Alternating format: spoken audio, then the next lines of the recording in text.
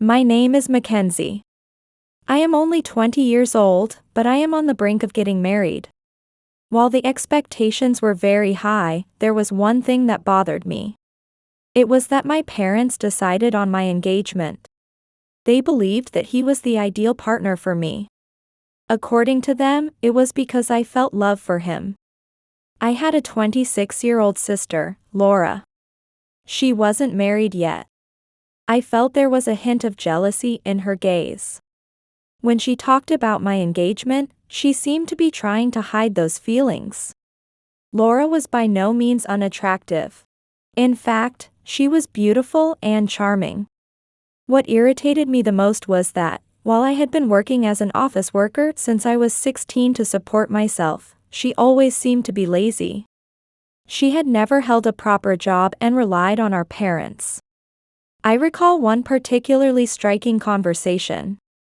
That day, Laura was lying on the couch in the living room while I was preparing for the wedding. "Mackenzie, don't you think you're rushing into marriage a bit too soon?" Laura said. "What if he isn't as great as you think he is?" She smiled as if she were worried, but that smile looked like a mask. Anger welled up inside me. "I trust Brandon. Isn't that enough?" I replied. But she just laughed, as if she thought I was naive. What Laura didn't know was that Brandon came from a wealthy family. I had kept this a secret from my parents. I was afraid they would become obsessed with his wealth, which was the last thing I wanted. Brandon was different from others. He didn't rely on his father's money and wanted to achieve things on his own. That attitude captivated me. Even so, I had a strange feeling after just a brief interaction with his father. His father was a very busy businessman, always tied up with some work. Brandon never tried to depend on him and had his own ambitions. I respected that about him. So, I decided to introduce my family to my fiancé, Brandon, at a special lunch. I thought it would be a perfect opportunity to strengthen our bonds. I poured my efforts into setting the table and preparing dishes worthy of this important event. However, as everyone sat down, I realized things weren't going as planned. My parents were visibly tense, and my sister Laura seemed deeply interested in how things would unfold. As the conversation began to flow, anticipation hung in the air. But suddenly, my father turned to Brandon and said, "Are you really planning to marry Mackenzie? She's so lazy and doesn't do anything around the house." Those words felt like a punch to the stomach. I froze for a moment. "What do you mean?" I answered, trying to keep my voice calm. "I'm the one who does the most around the house." Laura's gaze pierced through me, and she spoke with a malicious smile. "That's a lie. She doesn't do anything." Those words struck deep into my heart. I knew I was doing my best. I worked hard and took the initiative to manage household chores. My parents and Laura deliberately shamed me, shook my confidence, and tried to cast doubt on my relationship with Brandon again. I felt anger rising within me, but before I could respond, Brandon looked at me with his usual calm demeanor and said, "It's okay. I know she works hard at home. Even if she didn't, I believe she will after we get married." A moment of relief washed over me. I felt he was on my side. Even while facing accusations, I continued to believe in myself. At the same time, I felt a burning anger toward my parents and sister. Even after Brandon left, anger and humiliation swirled in my heart. I decided it was time to confront my parents and Laura. I couldn't let things remain as they were. I called them all into the living room. I wanted to know why they had publicly shamed me like that. What was that about? I demanded. My voice was tinged with anger. "How could you humiliate me like that in front of my fiancé? I'm the one working hardest here, and I can't take this disrespect anymore." Rather than acknowledging the pain they caused me, my parents remained defensive. You shouldn't talk to us like that, my father said in a cold voice. You don't do anything. You need to work harder. That coldness made me feel even more alone. What do you mean? What more do you expect from me? I cook lunch, prepare dinner, breakfast, and snacks. Yet, I'm called lazy. I raised my voice, feeling as if I were in a nightmare. It felt like they weren't seeing reality. Are you serious? I pleaded. My father continued to insist. Yes. You need to learn more about life. He spoke with confidence in his words, firmly believing I wasn't enough. I was on the verge of exploding with frustration. Laura is 26 years old, has never worked, and does nothing but stay here. Yet you treat her like a queen. My mother interrupted me as if my words were absurd. She helps around the house. Are you kidding me? Do you really think I do nothing? I couldn't stay silent any longer. I started working at 16 and have worked hard ever since. Still, I'm disregarded. I have a future ahead of me. How wonderful. Meanwhile, Laura will stay here, never get married, and live with you forever. What's your plan then? At that moment, Laura visibly grew agitated and tried to defend herself. Stop it, Mackenzie. Don't talk about me like that. I'll decide my own life. I stared at her, feeling a mix of anger and deep sadness. You don't understand anything, Laura. You're just living in the fairy tale world our parents created for you. While I'm here fighting for my future, you're just being lazy. The tension in the room heightened, and the silence that followed was heavy with emotion. My parents were stunned, unable to respond to the truth I had laid bare. A few days after that tense conversation, Brandon and I quietly discussed what had happened. He reassured me, affirming his belief in my actions and efforts. Feeling his support made me even stronger. However, the current state of my family remained a heavy burden on my heart. I worked hard, devoted myself to my job, and sent about $500 a month to my parents. I saw it as my responsibility to help with food and rent, and I did it out of genuine love. But what troubled me was the sight of my sister, Laura, who seemed to do nothing but laze around. She appeared indifferent to her own life choices. One day, my parents came home with a new gaming console. Its price was astonishing, about $1,500. In disbelief, I asked, "What is that?" They laughed as if it were a joke and replied, "It's for Laura. We bought it so she could enjoy herself and play the latest games." For someone her age, to play games? I asked, bewildered and visibly angry. How did you afford it? Of course, we used the money you send us every month. We saved it little by little and decided to buy this. It's a great gaming console for her. Now she can spend all day playing games. I couldn't believe what I was hearing. Are you seriously spoiling her like this? I asked, anger boiling inside me. Laura smirked arrogantly and threw a disdainful glance at me. What does that have to do with you? Jealous? While you're out working hard, I'll be here enjoying myself with the newest gaming console. It was unbearable for me. Her disdain and indifference infuriated me, and I couldn't hold back my words. Is that okay with you, Laura? Your life is going to stay stagnant like this forever. You have no idea what it means to work hard and earn something on your own. She simply looked away, a contemptuous expression on her face. That expression hurt me the most. My parents did nothing to intervene and merely smiled, content with the situation. I felt lonelier than ever before.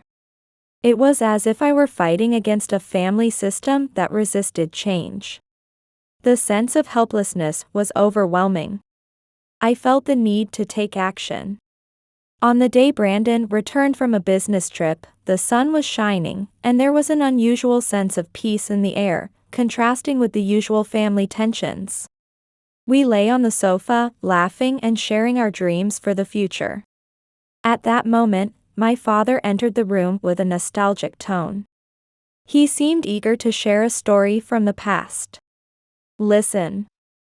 I used to work at a company where I made some great friends. One of them was the owner of the company, and he still helps me out from time to time. He spoke as if he were sharing a special secret. The conversation took an unexpected turn as he mentioned the name of the company. The moment I heard it, my heart nearly stopped. I looked at Brandon. His face showed clear shock. As my father was about to share more, I subtly signaled to Brandon not to say anything. Please, don't tell him your father owns that company, I whispered to him softly. I don't want my father to find out. Just tell him your dad lives far away. Brandon hesitated for a moment but agreed. All right, I won't tell him. But this is such a crazy coincidence, isn't it? Your dad is friends with my dad, and my father even sends him money. My dad is so charming to others, but he's created a life for me at home that feels like hell. I confessed with frustration in my voice. What I had experienced was a constant conflict between the image my father projected to the outside world and the reality I knew. From what you're saying, he's not the kind of person everyone admires, is he? Concern showed in Brandon's eyes. That's exactly right. He's kind, generous, and always helps the neighbors. But inside the house, he's different. He criticizes me, belittles me, and never appreciates what I do. It's like I don't even exist to him. I explained, my voice filled with anger and sadness. Brandon took my hand and tried to comfort me. You're not alone. I'm here for you. When we get married, we'll change everything. Even if your father doesn't see your worth, I do. And I'll fight for you. After Brandon left, my father called me in. There was something unsettling in his gaze. Don't you think it's strange that I've never met the man who will be your father-in-law? What does he do? He asked with a curious tone that quickly turned into suspicion. I tried to stay calm, remembering Brandon's words. Brandon's father lives in another city. He'll come to the wedding, and you'll meet him then. My father shook his head in dissatisfaction. I need to meet him and find out what kind of person he is before the wedding. At that moment, Laura appeared and interrupted the conversation. What are you talking about? Are you bad-mouthing me? She said in a provocative tone. As usual, my father sided with her, completely dismissing what I had been saying. Every time Laura appeared, it felt like everything fell apart. My father always took her side, as if she were the favorite doll of the family. Meanwhile, I was left to fight desperately for recognition. I was exhausted and frustrated with this family dynamic. Amidst all this, my 21st birthday was approaching. To my surprise, my parents announced they had decided to celebrate it in Hawaii. I felt thrilled and said, "Wow, Hawaii? Really? That's amazing." They explained that they wanted to celebrate my birthday there and could afford the trip's expenses. Besides, you've been working so hard, so let's take this time to enjoy a vacation, they said. All right. Then I'll bring Brandon along, I replied excitedly. Of course, you can bring him, they agreed. However, upon arriving at the airport, things took an unexpected turn. Laura started making various demands, which led my parents to tell me, if you want to go, you'll have to pay for yourself. We're out of money now.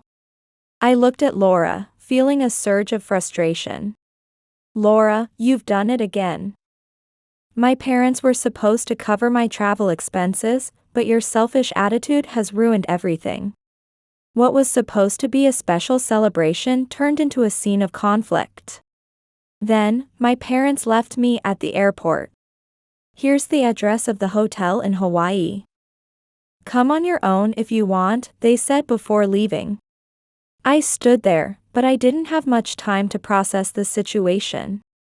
After my parents headed to the hotel, Brandon and I decided to book the next flight. He looked at me with a surprised expression. The hotel?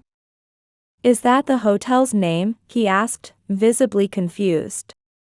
Yes, why?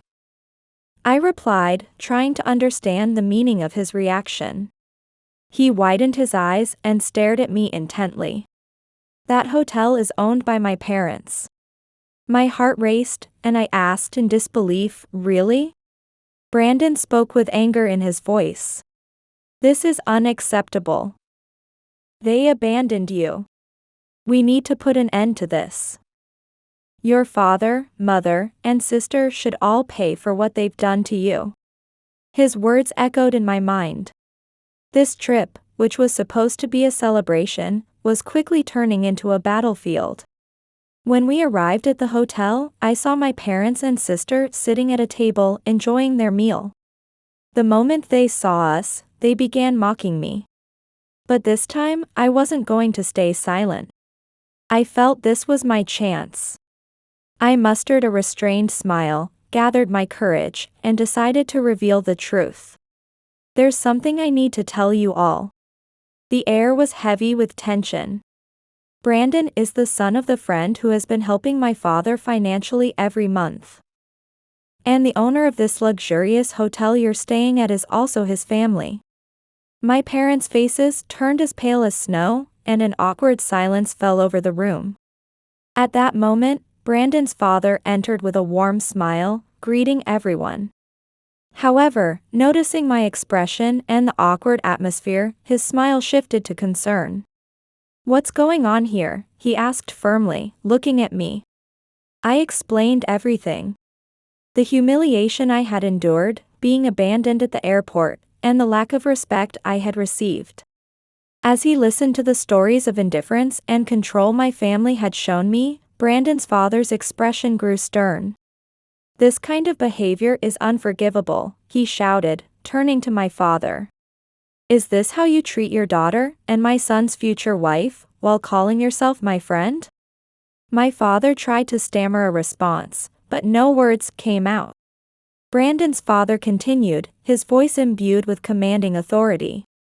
From today onward, there will be no more financial assistance. And one more thing, you and your family must leave this hotel immediately. My son and your daughter will marry here. And I will ensure she has everything she deserves, a home, meals, and if needed, a high-ranking position in my company. His final words echoed through the room, and I felt a sense of relief spreading within me. However, seeing the shock and despair on my parents' faces brought a tinge of sadness. You no longer have the right to be here, he concluded. My parents exchanged nervous glances, and my sister looked utterly confused. Amidst it all, I felt as though I had regained my freedom and power. It was finally time for them to face the consequences of their actions. Clearly humiliated, my parents left without saying a word. I turned to Brandon's father, feeling a deep sense of gratitude. Thank you so much, I said, expressing my heartfelt appreciation. He smiled warmly and replied, I wish for you to have everything you deserve. Today is just the beginning. And in that luxurious hotel, I celebrated my 21st birthday in a way I never could have imagined. The atmosphere was filled with happiness, and amidst the celebration, I and Brandon decided to get married. The wedding day was nothing short of magical. Thanks to the efforts of Brandon's father, I was surrounded by close friends and people who genuinely cared for me as I married Brandon. Standing beside my now husband, I felt an unbreakable sense of love and connection, convinced that I had found the happiest moment of my life. As a wedding gift, my father-in-law gave me a beautiful, sprawling house in Hawaii. The house was located with a breathtaking view of the ocean, and I was awestruck by its beauty. I decided that this would be the place where I would build a new life with my husband. I left my previous job and prepared for a fresh start. "Why don't you work at my hotel?" my father-in-law suggested. "I'd like you to become the general manager." I couldn't believe my good fortune and was deeply grateful for his trust in me. This was a rare opportunity one knew I had to make the most of. My husband and I began working at the hotel together, and life became an adventure filled with new challenges and successes. Meanwhile, I grew distant from my parents and sister. I decided to cut ties with them. Still, a part of me thought there might come a day when I'd hear from them or see them again. For now, however, my new life, surrounded by love and support, and the family who truly cared for me, was what mattered most. About 2 months later, I unexpectedly received a call from my parents. "Hello, how are you? How's everything there?" my father asked. "You're still in Hawaii, right?" "Yes, I am. My life has changed here. I celebrated my birthday with many people and even had my wedding," I replied proudly. "Really? You got married," he said, sounding surprised. I understood that this was shocking news for him. "So, we're not getting any more of your financial support?" he continued, almost complaining. "That's right, and that's the result of the choices you made," I replied firmly. "I see. But there's something I need to tell you. It's about Laura. She betrayed us." His words piqued my curiosity. "What do you mean?" I asked, trying to understand the situation. "She stole some of our money and ran off with her new boyfriend. She abandoned us," he explained, his voice clearly filled with frustration. "I figured that might happen." "You spoiled her too much," I replied honestly. "She never became independent, and she probably just followed the first person who tempted her. But I still hope that one day she'll recover and turn her life around." My father sighed and then said, "Can you send us a little money each month? You're living a good life in Hawaii now, aren't you?" I laughed, finding the situation absurd, and replied, "That's impossible. I can't do that. I've endured enough humiliation, and now I have my own life to live." After hanging up, I felt a great sense of relief. A few days later, my father called again. "Your sister has come back home. She was deceived by that boyfriend," he said, almost grumbling. "Don't spoil her anymore," I said firmly. "You're right. I told her to find a job and live on her own." "She needs to move out," he replied with determination. "That's good. You and Mom should live your own lives. I'll continue living mine here." After hanging up, I felt relief wash over me again. I sensed that my parents were finally starting to see Laura for who she truly was and realizing they could no longer shield her. Life continued to move forward, and I decided to embrace every moment of my new life, leaving behind the humiliation and problems of the past. Another beautiful story came to an end. I hope you enjoyed this story. Please leave a comment, share it, and spread it to your friends. I look forward to hearing your thoughts on this journey.